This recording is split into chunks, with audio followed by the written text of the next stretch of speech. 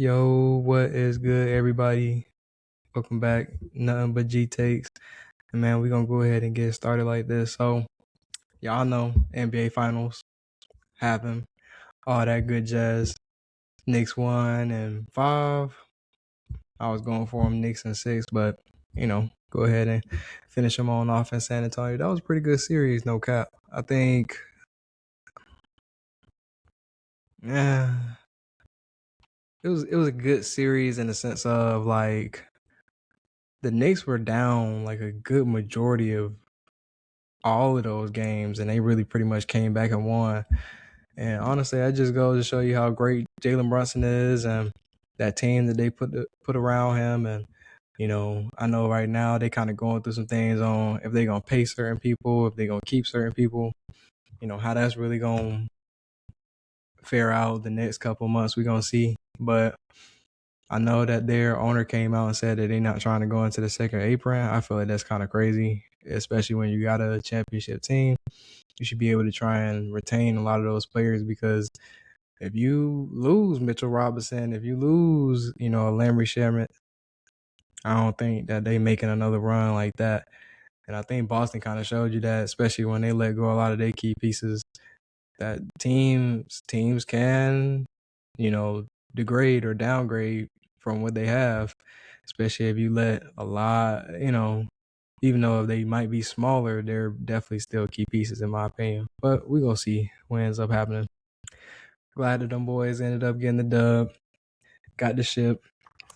And tonight we got the NBA draft. I wanted to come on here, kind of do a bit of a last minute mock draft, see what I think is going to end up happening. It's been a lot of buzz going on who's going number one, who's going number two, where people are going and stuff like that.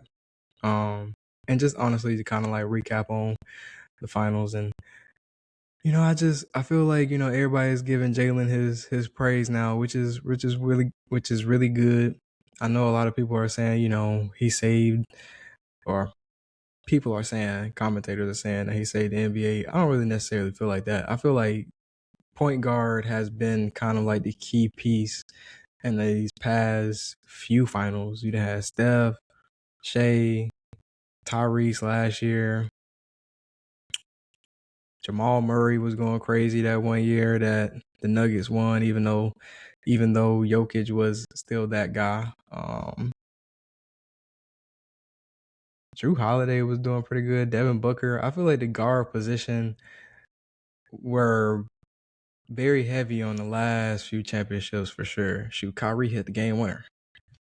Like, it wasn't LeBron. But I mean, LeBron's still LeBron. But still, I just think that people are kind of like making it seem like, oh, Victor, he's going to be the face and all that stuff. Yeah, he's going to be the face, but you still need really good guard play in order to make it to the NBA Finals. Honestly and truly, to be good in the NBA period, which is why I really think this year's guard class is going to be, very key, very pivotal to a lot of different teams, and gonna be key to a lot of different teams because it's a lot of guards this year that can come into a franchise and change their franchise for the better, for real. And honestly, I'm just happy that Jalen is getting. I didn't think that he was top 5, but he's definitely a top 10 player. In my opinion, he's definitely a top 10 player. I don't know if he made first team or second team. I'm about to see, actually. Wow, I'm just sitting right here. Let me see who made first team all NBA. Well, I know he didn't make first team, but who made second team? If he didn't make second team, I would say that's kind of crazy. Because, I know everybody's good on this hype train. Oh, I know who Jalen Brunson was going to be when he was coming out of college. And I knew he was going to be like that when he left. Where did he leave? The Mavericks. I knew he was going to be like that when he came to the Knicks. No, you didn't. No, you didn't. No, you didn't. I always thought he was gonna be nice, but I didn't think that he was gonna be, dropping 30, dropping 40, like how everybody else in their mama. I knew he was gonna be nice. I knew he was gonna be a key piece, but I didn't know he was gonna be dropping 30 and 40 like that. So, like I said, I'm just happy that he's been able to show his skills and, show everybody, hey man, I could do this too. And at the end of the day, the only last person that we've seen to be able to step in, small guard, show that hey, I'm that guy. You better watch out for me as much as you watching out for anybody else on the court. It's Steph and Kyrie. I'll give Kyrie his benefit, but Steph kind of changed the game, so you kind of really got to put him in his own category types. You know what I'm saying? But second team. So Brunson did make second team. So yeah, top 10. I definitely feel like he was top 10 in the league this year, and he's been top 10. Honestly, I think he was top 10 last year, in my opinion, too. It's not really a lot of people that I would really put above him in his position. A lot of guards. Last year, you might have had me a little bit because you had Tyrese, where he didn't play this year. So I guess this year, next year, will really show how good he really is, because a lot of people hurt, a lot of people coming back from being hurt. And honestly and truly, this is going to be a good year where a lot of the teams is going to be up in the air. We had Giannis going to Miami, which is crazy. Who would have thought that Giannis would have been going to Miami, and then the haul that they got, which is very wild. I'll probably talk about that at the end of this video. But yeah, like the East is going to be very interesting this year for sure. But for this NBA mock draft, I personally, I know Darryn Peterson, he's kind of trying to put himself in that position to be the number one guy to come off the board. I still think it's just kind of hard to really get past the fact that he only played a certain amount of games this year. And for a lot of these teams, availability is your best ability. Like, if you're not showing up and playing 30-something games, what makes you think a team is going to trust you to play 80-something games? Not saying that a team wouldn't trust him, but because at the end of the day, he's been able to showcase his skills for many years, that he can be a really good basketball player, has a skill to do a lot of different things. I know he's getting the comparisons to like Kobe Bryant and, all this other stuff. But, to me, I really just got to see it, Man. I had... Never mind. That's a different day for a different... That's a different story for a different day. But for the number one overall pick,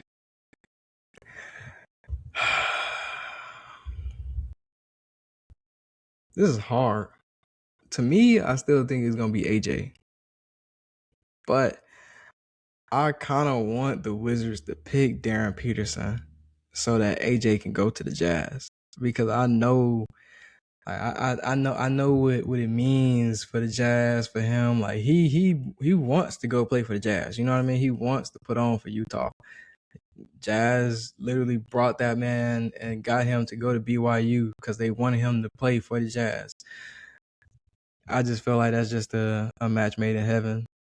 We'll see what ends up happening. We don't know, but we'll see. But that's my 1-2, 2-1.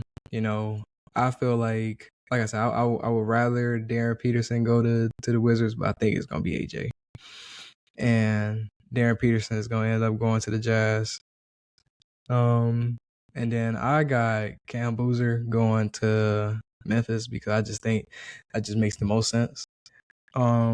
He's at this point in time, I feel like he's the most NBA ready guy in the draft. People can talk about his athleticism and it ain't all that, all they want to. If he dropped down to the Bulls better run that thing to the podium. To the podium. Get him. That's nothing but a walking 20 and 10 right there. I give you 20 and 8. Walking 20 and 8 off ease. I don't need him to be athletic. I need him to be a bucket getter. Go get a bucket. especially if you playing on the Bulls. Shoot, it ain't like we got much to win. Like it ain't got, we ain't got nothing to lose for the Bulls at least. Memphis too. So I don't need you going out there and getting 15, 16, 17 rebounds. Nah, go ahead and go get your little 20, 25. Can we win a couple games? You know what I mean? But I just feel like he's the best NBA ready like prospect at this point in time. And it's crazy that he's going number 3 just because of the other two guys' upside. AJ out there dropping 25 a game in college, being the number 1, got a handle, can play defense. He really can play the 2 if you really think about it. He's 6'9", playing the 2. That right there is intriguing. So I would definitely take him over Cam, but I just think that in this draft, Cam Boozer is the most NBA ready guy in the draft at this point in time. The Bulls, I think, will end up taking Caleb Williams. I think that's just real simple, easy. Take the easy pick and keep it moving. You know what I mean? I think he got the most athleticism out of everybody, especially the big 4. I think he has the most athleticism, and he has to work on his 3-point shot. That's about it. He got a mid-range. He got a little post-up move. He got a little you know what I'm saying? Give you a little jab inside, pull up. Like he got a nice little game in the midi, and I'll take that any day. Him, Modest at the 3-4, and then we mess around. I mean, we got a center. Nick Claxton is cool, but that's not who I wanted. I wanted Walker Kessler, but I feel like at this point that means that we're not getting Walker Kessler. So, whatever. I think that Nick is still a pretty good player, still fits the dynamic of what we're trying to do, but I just feel like Walker Kessler just brought a little bit. I think he just brought a little bit more. You know what I mean? And maybe they picked him up because he might have been a little bit cheaper, which is, I guess, a win as well. But yeah, I got us going Caleb Williams. I think that he's gonna be really good. I think all 4 of them can end up being all-stars in this year's draft. The Clippers, I got them going Keegan Wallace. I was about to say Keegan. But Keegan Wallace or Wagler. I'm sorry. Keegan Wagler. I think that he's the most intriguing guard because I think he's about 6'6", plays the 1 or the 2, but him pairing up with Darius, I feel like that'd be a nice little combination as long as he's able to kind of develop in the defensive side, because Darius is a liability on that defensive side. If he can develop into a defensive, 3-and-D, or honestly just a good 2-way player, I feel like that'll be a nice little combination for the Clippers for what they're trying to build over there. Yeah. For Brooklyn, I think that Brooklyn is still going to possibly end up trading back, if I'm being honest. I don't really think they like where they're at. I think they want a couple more pieces because I think that's their only first-round draft pick for this round. So I do think that they might end up drafting or not drafting back, but trading back. But if they stay right here, I can see them go ahead and grabbing like a Michael Brown or a Darius A-Cup. But I feel like they'll go with the guy with the more upside to an extent, which is Michael Brown. I just feel like a lot of teams have been talking about him a lot. And yeah, I like his scoring ability. He's a little bit taller than A-Cup as well, so he can kind of be a 2, be a 1 when Agor is off the court. But I just feel like everybody is not necessarily sleeping on Darius, because he's going to be the next person to come off the board after him. But I just feel like everybody is very intrigued with Michael Brown's offensive game. So I feel like he would be the one that would go to, which then, like I said, Darius A-Cup would fall to the Kings. I feel like the Kings will run up to that podium quick because, hey, they getting a nice guard. They getting a nice centerpiece to build around. I feel like that brother right there can score at all levels. He's a good lob threat. He's a good passer in general. So I feel like, especially with them not having De'Aaron Fox De'Aaron Fox leaving, they're getting their point guard of the future at this point. And then I think Kingston Fleming will end up falling down to the Hawks. Now, this is where things kind of get a little interesting. I can see the Hawks going different ways with either getting Kingston Fleming as their new guard to learn up under CJ, or they would go. A lot of people are saying Braden Berries could possibly go right there as well. But I've been hearing a lot of people are saying that they might go center and a day more and move double O to the power forward, which that would be crazy. You would have CJ at the 1, Nah at the 2, JJ at the 3, double O at the 4, and then a day more at the 5. That is a squad. That is a squad. And I feel like I feel like that's what they really gonna do. So actually, I take that back. So we're not gonna put Kingston Fleming with them. We're gonna go ahead and put a day more on with the Hawks, because I feel like that's really what they're trying to do. They're trying to move Jalen to the 3, and I feel like that would be a good fit for him to be at the 3 instead of being at the 4. And double O, he's not the tallest center, and I feel like that's where they get exposed a lot of times, is him being a smaller guy going against a lot of these bigger guys. Not saying that he don't be showing up, because he shows up, but I feel like they just want to protect him just a little bit more. He would probably play better as a 4. Yeah, or fit better as a 4, not play better, but fit better. Which, if a day more goes to the Hawks at 8, I feel like Braden Berries would definitely go to the Dallas Mavericks. They need another guard. They need a guard, a point guard, and a shooting guard. Clay getting old. I think this is last year on his deal. Kyrie possibly is moving on. Possibly might be asking for a trade. So you need somebody to train up and be a number 2 with Cooper Flag. Cooper Flag is their future, and so they have to start building around him. Being able to get a facilitating point guard, a guy that can take you off the dribble and be able to make something shake on his own. I feel like Berries is a pretty good asset that they would be able to grab. Milwaukee, I feel like at this point they just taking best prospect available, and or a prospect with more upside at this point in time. And I feel like Nate Ament will probably be the best upside candidate at this point. Y'all, I had a banana in my room. That's what I was gonna tell y'all earlier. I had a banana in my room, like one banana.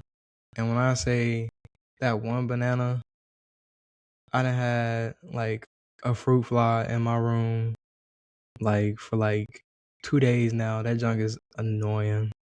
I apologize if y'all see it making its way in and out of the video, but trust me, he gonna get gone pretty soon. Never bringing a banana in my room ever again. But yeah, I feel like they would take Nate Ament, the Bucks would, because he shows the most upside out of this whole class. Maybe in 2 years, he's probably gonna be the best, shooter in the wing position and could possibly play defense. We just have to wait and see on him. I feel like at that point, the Warriors, since they couldn't get the center that they were most likely trying to be going for, they'll be probably getting Yaxel, which I feel like Yaxel will be a pretty good fit for them anyways. He's older. He's ready to go. I feel like he's one of those type of guys. You don't really have to change up your system. You can kind of just plug and play him. And the dude showed you at, Michigan that he could be a scorer. He could be a defender. He's a two-way guy. He's ready to go. And I feel like that's what the Warriors would need at this point in time, which I feel like he'd be a good fit for them. And with him off the board, the Thunder just keep having more and more picks, getting better and better.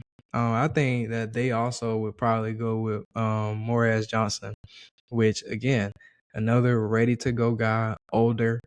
I feel like he's a little bit taller than Yaxel as well. No, they same height, but I think he played the 5, and they like to kind of go small ball 5 anyways. So I just feel like he fits what they need, And like I said, he's pretty good on defense. I feel like that's what they're looking for mostly now. They're looking for defensive guys that could, either stretch the floor, which he can do to an extent, or be able to just step into a system and not slow the system down, but be able to play good defense. Miami gave up their first round pick, which goes to the Bucks. So the Bucks pick up Nate Ament first. They still probably would need some guard help, or they could go ahead and pick up another guy who could also be another project for them. But I feel like at this point in time, they'll probably go ahead and pick up a guard because I know they need some guard help. And I think they probably go ahead and either get Christian Anderson or Phylon. But I feel like they would get Phylon at this point because Phylon is probably the most intriguing guard out of this class because last year he was more of a defensive guy. And this year he kind of really showed you what he can do on offense, scoring 20 plus points a game. That brother right there is nice as well. He's just a lot of the freshmen just have more intriguing, they're just a little bit more intriguing than he is. But it took him a little bit longer to kind of get to that point or be able to show it just in the system that he was. But I feel like him and Nate Ament, they'll be able to show what they can do, especially working together. Charlotte, personally, I don't really know what Charlotte really needs. Like, I feel like they have a good center that really showed some flashes this year. They have their point guard of the future. They got their small forward, power forward for the future. They still got Salone or whatever bro name is. He ain't even played from France or I think he's from France, but he ain't even played yet, and he played a 4. So it's like they really have a lot of big men, in my opinion. So I feel like they would probably go small ball as well. So I wouldn't be surprised if, honestly, Kareem Lopez or Christian Anderson win at this point in time. But I'm gonna go Christian Anderson just because.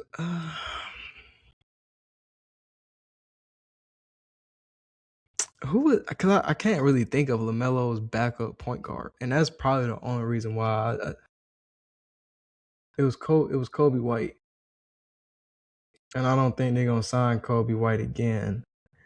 And to not be able to sign Kobe White to a crazy max deal that they, probably like they can get a younger guy to come in and basically do the same thing that he was doing for them. I feel like they would go ahead and get Christian Anderson, which is a guy that can really come off the bench, put up some points, and keep the offense rolling. I think that's what they'll end up doing.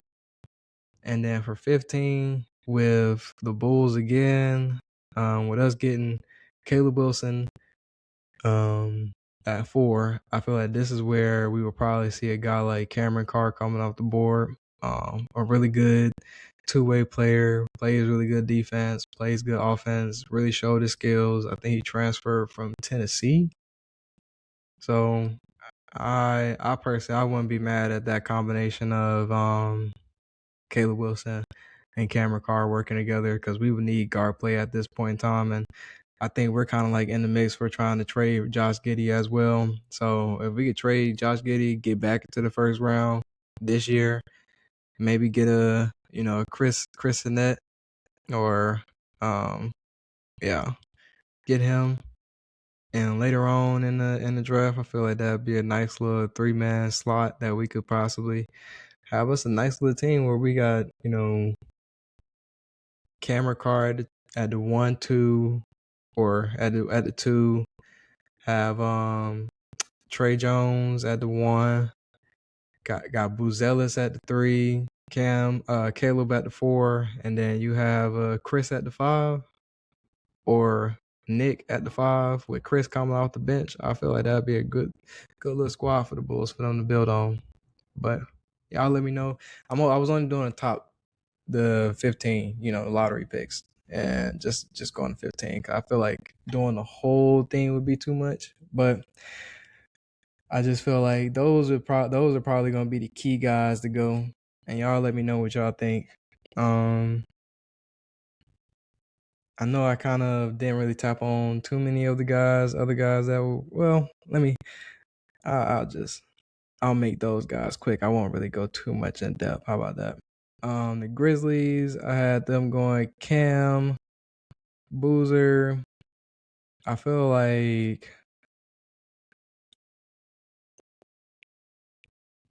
Brent Stearns, Burnett Stearns. Yeah. Bennett Stearns, my bad. My fault, G.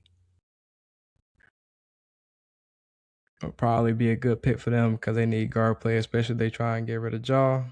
Um, the Thunder, to me, they don't need no more guards. They need big men and wings.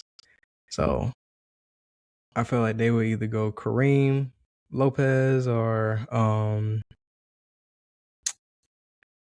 I can see them going Chris, but I say no. So yeah, Chris and that's what I would get. More big guys to throw at Wemby. That's what they need. That's what they need to be thinking about. More big guys to throw at Wemby. The Charlotte Hornets would then come back. I feel like at that point they'll be taking best available, which would be Hines Steinbeck.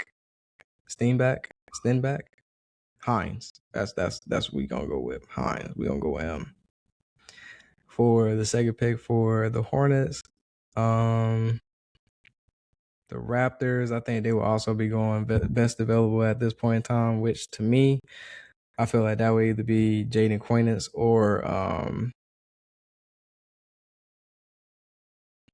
Kareem. I think they would probably take a flyer at Kareem to see what he does. They need a big man. So yeah, I got them going. Jaden Quainance, the Raptors. I feel like the Spurs would probably end up getting Kareem Lopez because they got enough pieces that they can really kind of let him chill for a year, kind of develop under the system, and then bring him in next year. The Pistons need offense. The Pistons need offense. I could definitely see them taking Isaiah Evans. I could definitely see them taking Isaiah Evans at that point in time because they need offense. Isaiah Evans kind of brings you offense. Not saying that because Swain could bring you offense.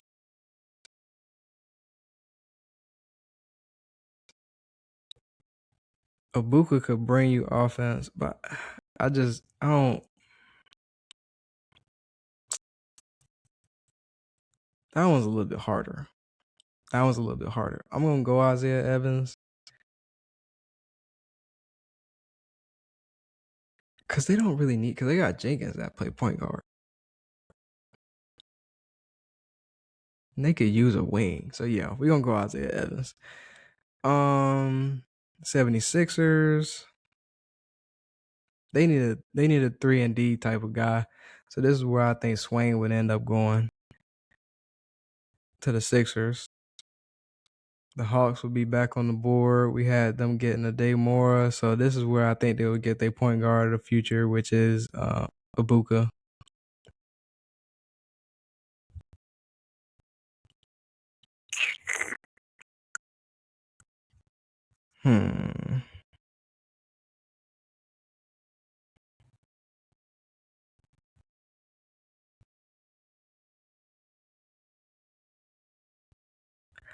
Allen Graves. I definitely feel like Allen Graves would be a good fit for the Knicks. I watched a couple of their games. I forget what team he played for, but I watched a couple of his games. That brother right there can shoot that thing. I feel like if they add another perimeter shooter who could play a little defense, I feel like the Knicks would definitely be a strong team. So yeah, I got Allen Graves going there, which, like I said, like I can't change it now, I guess. Because now that I think about it, I guess Allen Graves could really fit good with The Pistons. I'm changing it. I'm going Allen Graves for the Pistons, and then Isaiah Evans would go to the Knicks. Cause I feel like that, like Allen, he brother was. I remember this one shot in my head. I don't remember what team they were playing, but I'm talking about it was like three games. Even when they played against Kentucky, they played against Kentucky. Man, that brother right there shot that thing, hand in his face, all that stuff, whoosh, like 3 times, 3-4 times. I'm like, he gonna miss that. Whoosh. That brother nice. Like, I can't even be mad at it. He wetting that thing. So yeah, I'm gonna roll with him for that one. I'm gonna roll with him for them. So we're gonna switch that up.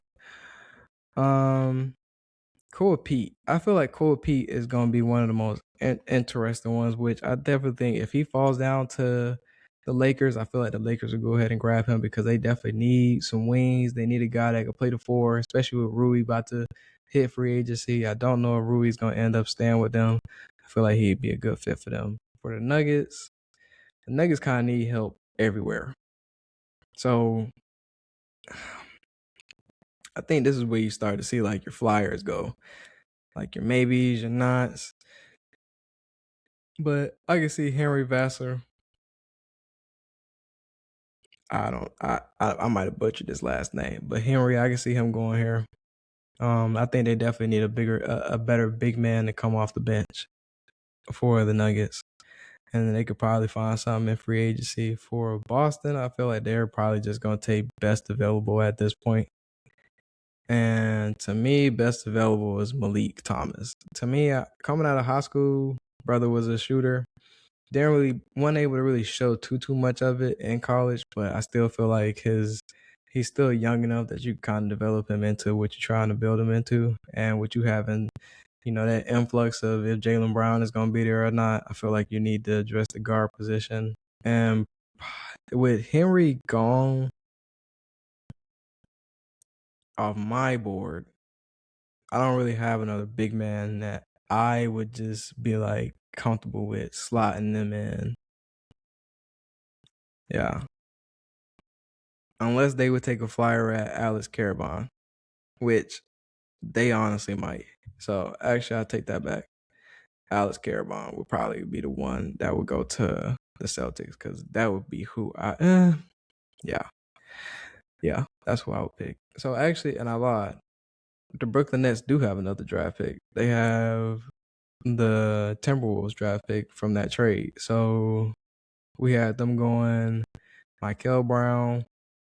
So right here, I would have them picking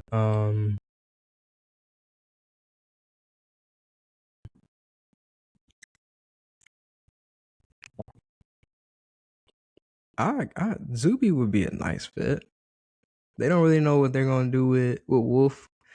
We really still have to see what they're gonna do with him. So yeah, well, I say they'll take Wolf. Not Wolf. Zuby. Cavs. They need offense. Bad. Like offensive talent. Bad. And so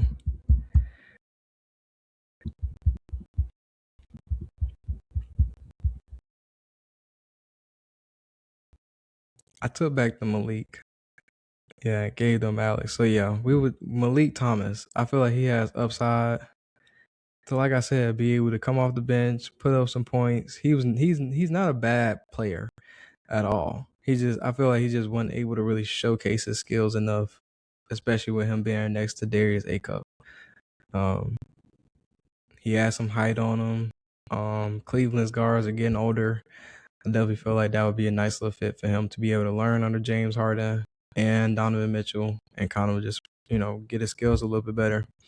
And with Dallas taking Braden Burries in the earlier part of the draft, in my draft, I feel like this would be a nice spot for Joshua Jefferson. I feel like if they can get a nice little piece, a forward that could play the 4 to 3 to 5, he's very good on defense, physical. He has a nice handle on him. So I feel like that guy is one of those guys that can also kind of space the floor as well. which is what I definitely think that they need.